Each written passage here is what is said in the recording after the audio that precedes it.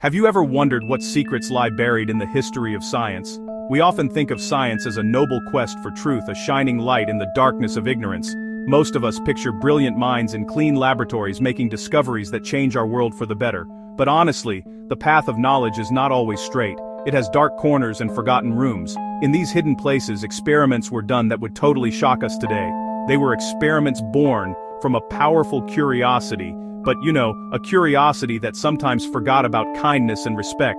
These are stories of science that crossed a line pushing the boundaries, not just of knowledge but of what it means to be human.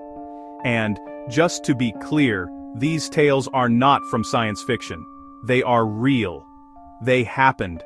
Scientists, driven by questions we still ask today, designed studies that we now look back on with disbelief. Imagine a baby just 9 months old. He is curious and calm. His name in the history books is Little Albert. In 1920, psychologist John B. Watson asked, "Are fears innate or learned?" He thought emotions were learned responses that could be conditioned. To prove it, he designed an experiment with an unsuspecting child. At first, he showed things the baby had never seen.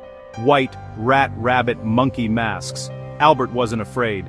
He reached out to touch the furry rat. Then things turned dark. Watson and Rosalie Rayner wanted Albert to fear the white rat. The next time they showed the rat, as Albert reached for it, Watson struck a steel bar with a hammer behind the baby's head. The sound was loud and startling. Little Albert cried in fear. They repeated it again and again. The rat appeared, the hammer's clang followed. Soon the baby didn't need the sound to be afraid. The conditioning worked. After just a few sessions, the sight of the white rat made Albert cry and crawl away. What is the power of a word? Can simple praise or criticism change a person's life forever? In 1939, at the University of Iowa, a speech pathologist named Wendell Johnson wanted to understand the causes of stuttering. He had a theory. He believed that stuttering wasn't a physical problem, but a learned behavior. He thought it began when parents mislabeled their children's normal speech hesitations as a stutter, making the children anxious and self-conscious. To test this controversial idea, he designed an experiment that would later be nicknamed the Monster Study. Johnson and his graduate student Mary Tudor went to an orphanage in Davenport, Iowa. They selected 22 children, none of whom had a diagnosed speech impediment. They divided the children into two groups. The first group received positive encouragement. Tudor told them their speech was clear and fine. They were praised for their fluency. The other group received the opposite treatment. Tudor relentlessly criticized their speech. She told them they were beginning to stutter. She told them they must watch every word they said. She told them not to speak unless they could do it right. These children had been speaking perfectly normally before the experiment began. What happens when you put good people in an evil place? Does our inner character guide our actions, or does the situation have more power over us? In the summer of 1971, Philip Zimbardo set out to answer that question. He built a simulated prison in the basement. He recruited 24 healthy, psychologically stable male college students via a newspaper ad. They were randomly assigned to roles. Prisoner guard. Prisoners were arrested at home by real police officers, charged and taken to the mock prison. The transformation was shockingly fast. Guards were given uniforms, wooden batons, mirrored sunglasses, and quickly embraced their roles. They began to harass and humiliate the prisoners. They enforced arbitrary rules. Some experiments are not just unethical, they are a profound betrayal of trust. Perhaps the most infamous medical study in American history began in 1932 in Macon County, Alabama. It was called the Tuskegee Study of Untreated Syphilis in the Negro Male. The U.S. Public Health Service wanted to understand the full progression of syphilis. Syphilis is a serious and sometimes deadly disease if left untreated. To do this, they recruited 600 African American men. 399 had already contracted syphilis. 201 did not and served as controls. The men were told they were being treated for bad blood. They were not told they had syphilis. They were not told the true purpose of the study. Promised free medical exams, promised free meals, promised burial insurance. Researchers had no intention of curing the men. Their goal was simply to observe. They performed painful and dangerous procedures like spinal taps. They told the men these were special treatments. It was a study built entirely on deception, targeting a poor and vulnerable community. The most shocking part came in the 1940s. Penicillin was discovered and became the effective cure. The researchers knew this, but they did not give the men the cure. They actively prevented them from getting it. They provided the U.S. military with a list of participants to ensure they would not be drafted and treated. So, we're halfway through our journey into the shadows of scientific history. The stories we've uncovered so far are, honestly, pretty unsettling. We've seen a baby taught to fear, children shamed into silence, students transformed by power, sick men denied a cure. These experiments really force us to ask some tough questions about the price of knowledge. We've built systems of rules and oversight to make sure nothing like this can ever happen again.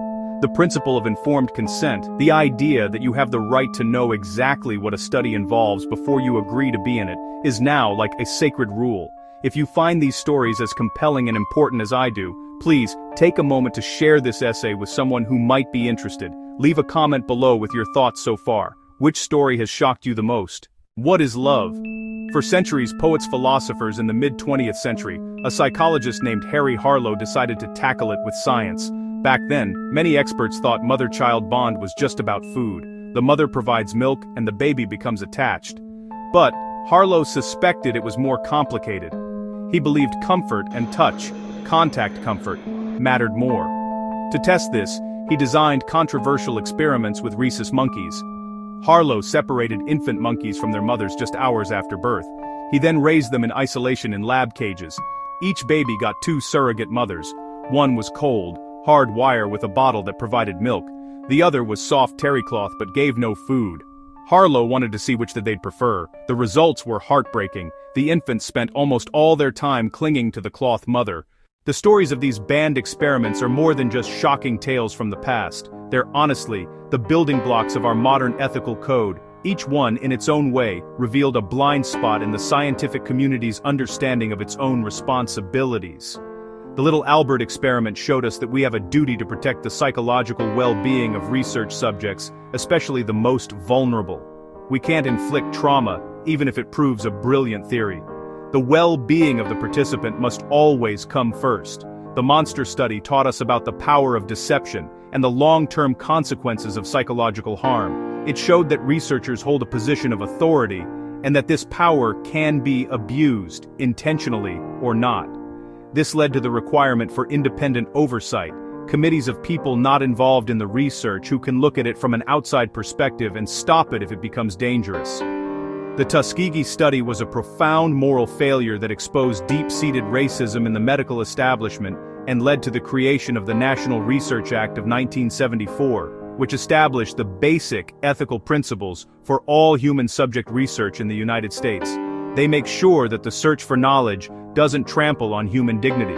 Principles like informed consent, beneficence, the duty to do good and not harm, and justice, the fair distribution of the risks and benefits of research, are now at the heart of every study.